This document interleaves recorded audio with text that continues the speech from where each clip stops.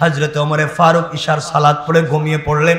কিছুক্ষণ ঘুমানোর পরে দেখা যায় হযরত ওমরকে কে যেন ডাকতেছে, হাউমাউ করে কাঁদতেছে আর ডাকতেছে।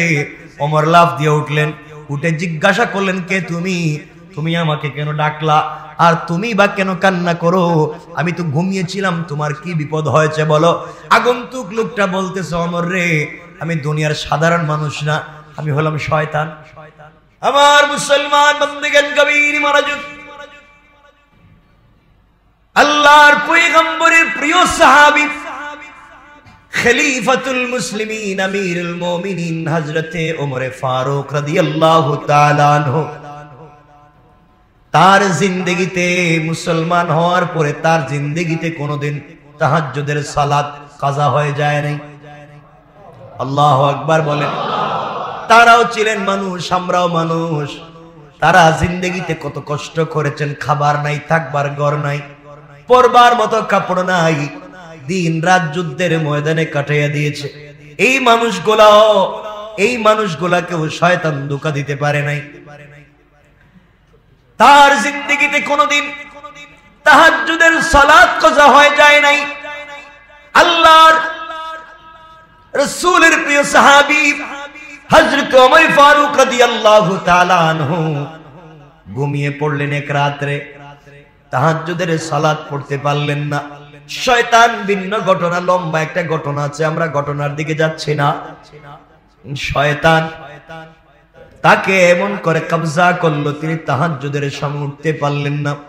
ফজরের সালাতে মসজিদে চলে গেলেন, আর এমন করে হাউমাউ করে কান্না শুরু করলেন। সিজদায় পড়ে, সিজদা থেকে ওমর মাথা উঠায় না, আল্লাহকে ডাক দিয়া বলেছে, আল্লাহ, শয়তান আমাকে ধোঁকা দিয়েছে, আমি আজকে তাহাজ্জুদের সালাত পড়তে পারি নাই। মুসলমান হওয়ার পরে তোমার কাছে হিসাব যখন দেওয়া হবে কিয়ামতের ময়দানে, আল্লাহ, আমার যদি এমন একটা রাত যায় যেই রাত্র তাহাজ্জুদ শূন্য ছিল, আমি রাসূলের কাছে কেমনে মুখ দেখাবো?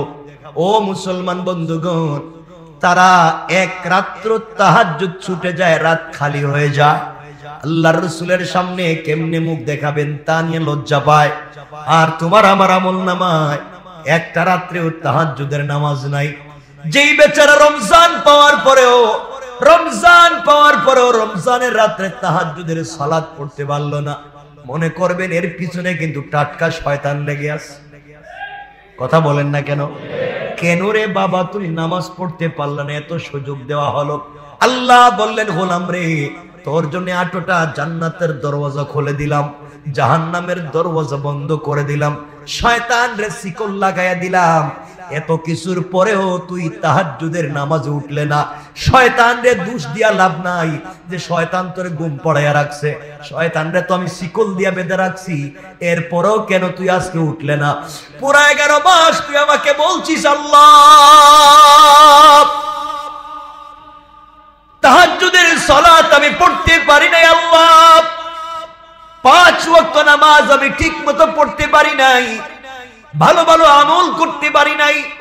তুমি আমাকে বলেছো শয়তান ধোঁকা দিয়েছে, শয়তান তোমাকে নাফরমানি করিয়েছে, এই জন্য তুমি নেক আমল করতে পারো নাই। আমি আল্লাহ বুঝতে পেরেছি আমার বান্দারা পুরা 11 মাস শয়তানের ধোঁকায় পড়ে নেক আমল করতে পারলো না। এই জন্য আমি আল্লাহ সিদ্ধান্ত নিয়েছি রমজানে জাহান্নামের দরওয়াজা বন্ধ করে রাখবো।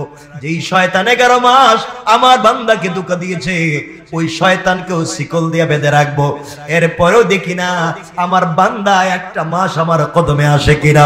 ও গোলাম, শয়তানকে শিকল দিয়ে বেঁধে রাখবার পরেও তুমি রমজানের রোজা ঠিক মতো রাখতে পারলে না, 5 ওয়াক্ত সালাত পড়তে পারলে না, তাহাজ্জুদের সালাতে রাত্র বেলা দাঁড়াতে পারলে না। বুঝতে পেরেছি শয়তান রে দোষ দিয়া লাভ নাই। আসলে আমি আল্লাহ বুঝতে পেরেছি তুমি হয়ে গেছো একটা শয়তান, ঠিক কিনা? তুমি সারা 11 মাস আমাকে বলেছো, আল্লাহ, শয়তানের কারণে রোজা রাখতে পারি নাই, শয়তানের কারণে তাহাজ্জুদ পড়তে পারি নাই, শয়তানের কারণে ভালো কাজ করতে পারে নাই। ও আল্লাহর গোলাম, আল্লাহ বলছেন রমজানে তো সব বন্ধ করলাম, এখন তোরে ধোঁকা দিল কে? কথা বলেন না কেন? এখন তোমাকে ধোঁকা দিয়েছে কে? কারণ রমজানে তো শিকল বন্দি শয়তান, রমজানে জাহান্নামের দরওয়াজা বন্ধ, এরপরও তোমাকে ধোঁকা দিল কে?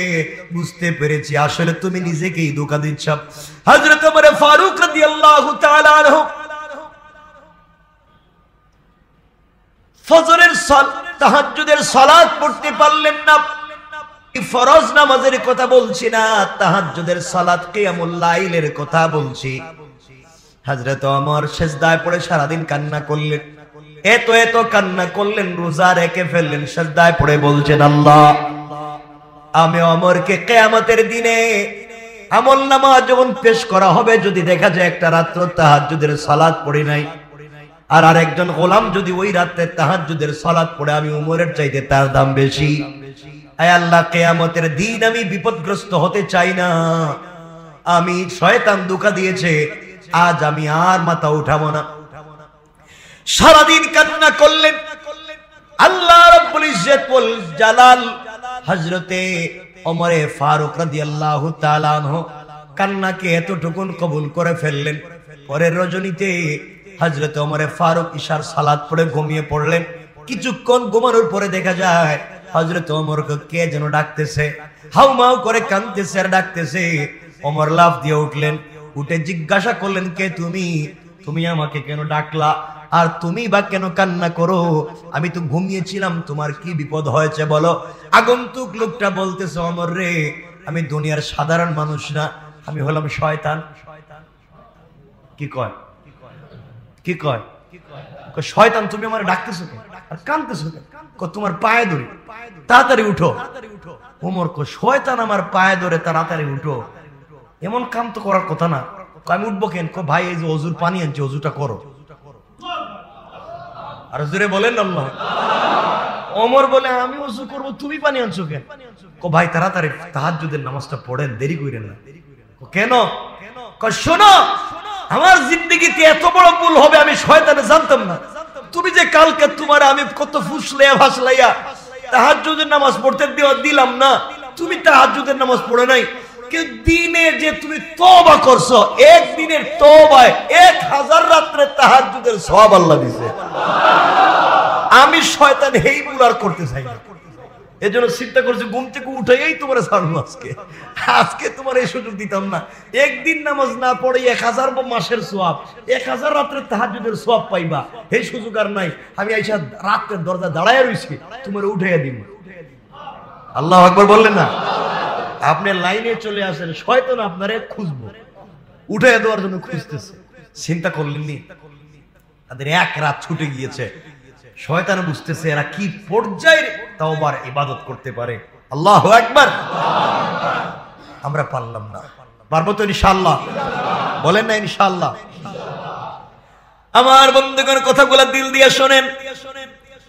তাইলে বলতে চাইলাম, আল্লাহর রাসূল সাল্লাল্লাহু আলাইহি ওয়াসাল্লাম বলে দিয়েছেন, 5 নাম্বার রোজাদারের পুরস্কার, রমজানের শেষে শেষ রাতে রোজাদারের গুনাহকে মাফ করে দেওয়া হয়। শেষ রাত বলতে কোন রাত? কথা বলেন।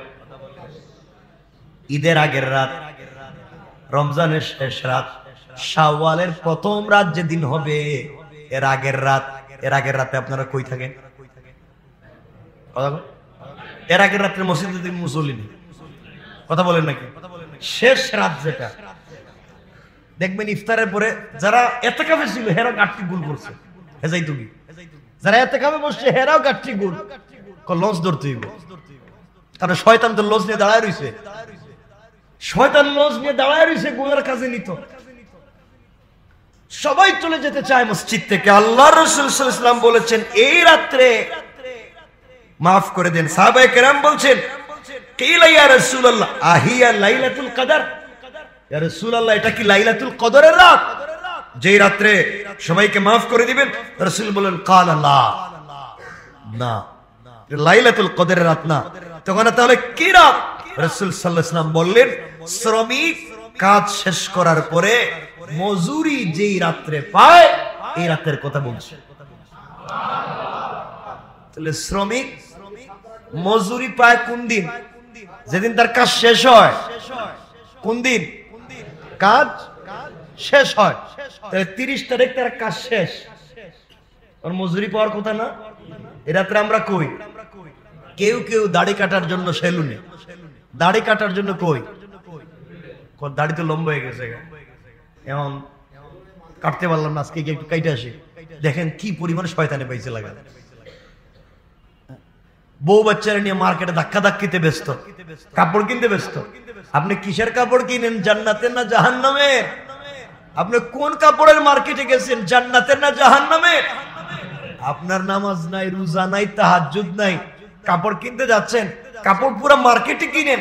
জান্নাতে যদি যেতে না পারেন, তোমার আমার লাইফের কোনো সফলতা নাই, ঠিক কিনা? জান্নাতে যদি যেতে পারলাম না, তোমার আমার লাইফের কোনো আর কোনো সুযোগ নাই। এই জন্য 5টা সুযোগ বলে দিলাম। 1, রাসূল সাল্লাল্লাহু আলাইহি ওয়াসাল্লাম বলেছেন, রোজাদারের মুখের গন্ধ আল্লাহর কাছে মেশকে আম্বরের মতো বা চাইতেও দামি। 2 নম্বর, সমুদ্রের মাছ রোজাদারের জন্য দোয়া করে। 3 নম্বর, রোজাদারের জন্য প্রতিদিন বেহেশতকে সাজিয়ে দেওয়া হয়। 4 নম্বর, রমজানে শয়তানকে শিকল বন্দী করে রাখা হয়, গুনার দরওয়াজা বন্ধ করে দেওয়া হয়, মানুষকে মাফির সুযোগ করে দেওয়া হয়। 5 নম্বর, রমজানের শেষ রাতে পুরা রোজাদারদেরকে মাফ করে দেওয়া হয়। সুবহানাল্লাহ বলেন। আল্লাহ আমাদেরকে কবুল করো, বলেন আমিন।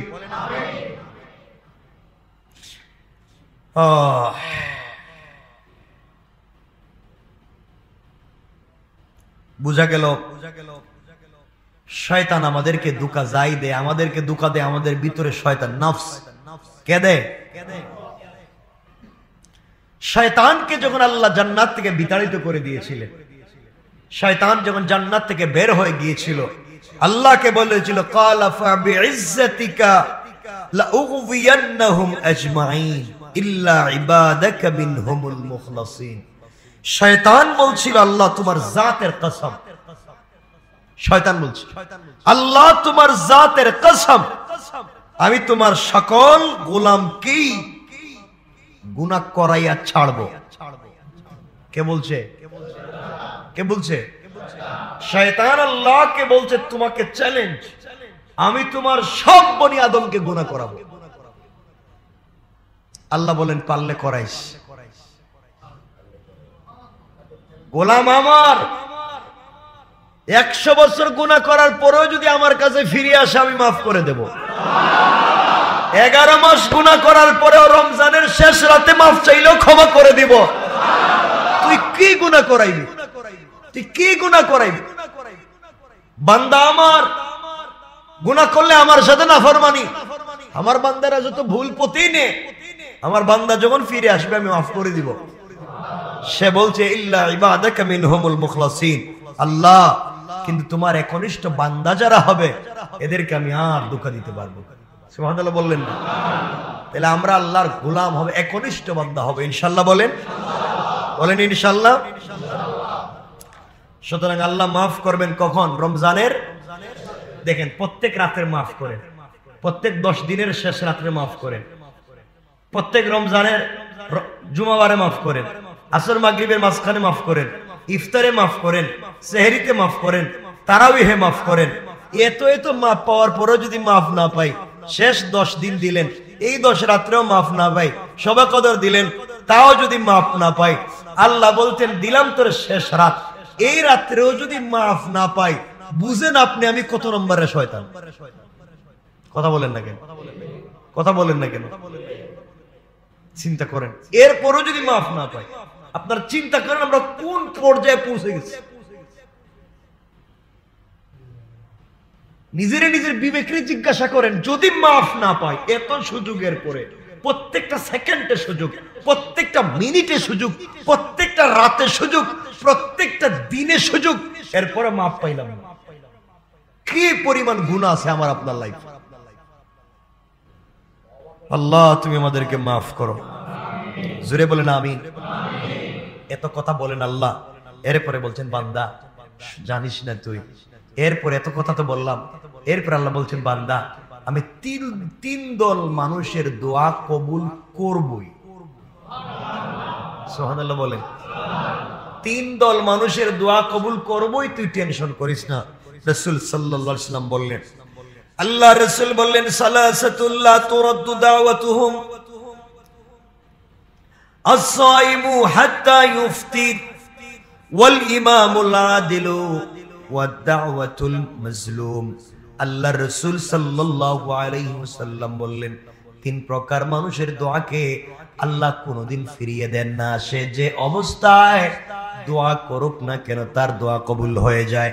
এক নাম্বার হলো আস-সাইমু হাত্তা ইফতির, রোজাদার যতক্ষণ না সে ইফতার করেছে তার দোয়া আল্লাহ তাআলা কবুল করেন। পড়েন সুবহানাল্লাহ। কার দোয়া? সবাই বলেন না। ইফতারের পরে রোজাদার থাকে, কথা বলেন। ইফতারের পরে রোজাদার থাকে? রোজাদার থাকে না।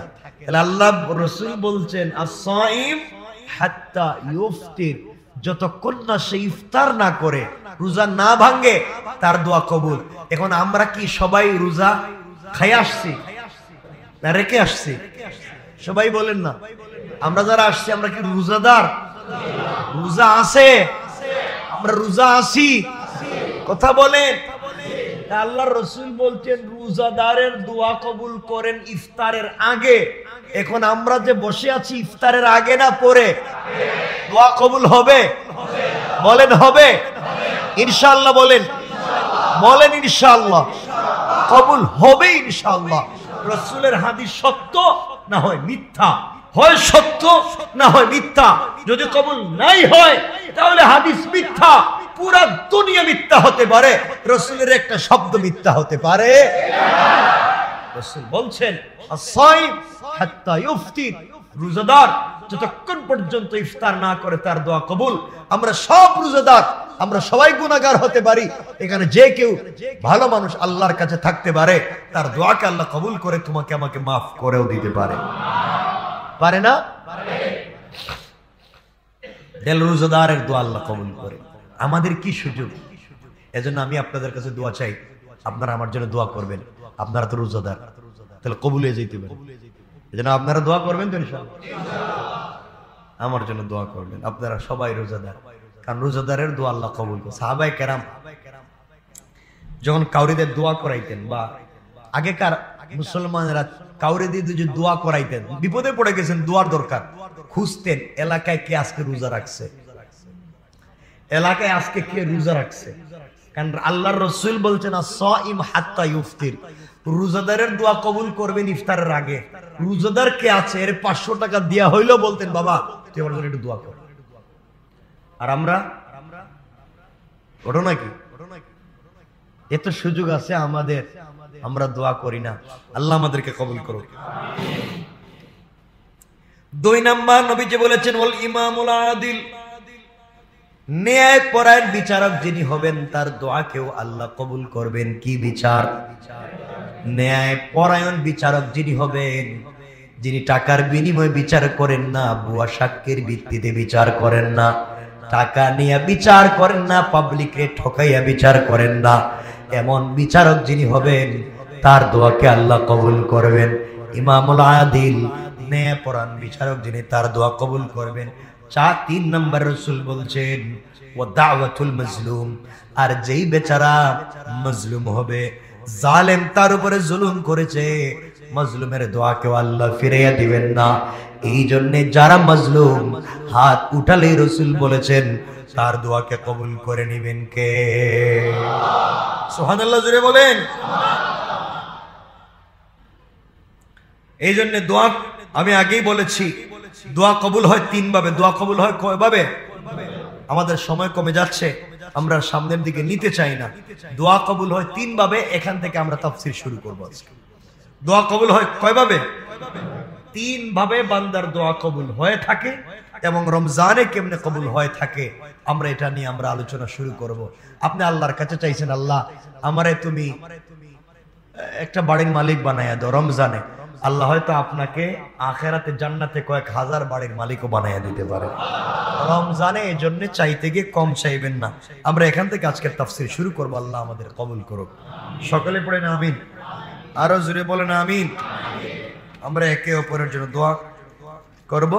আমি আপনাদের কাছে দোয়া চাই, নামাজের পরে তাফসীর হবে, আপনারা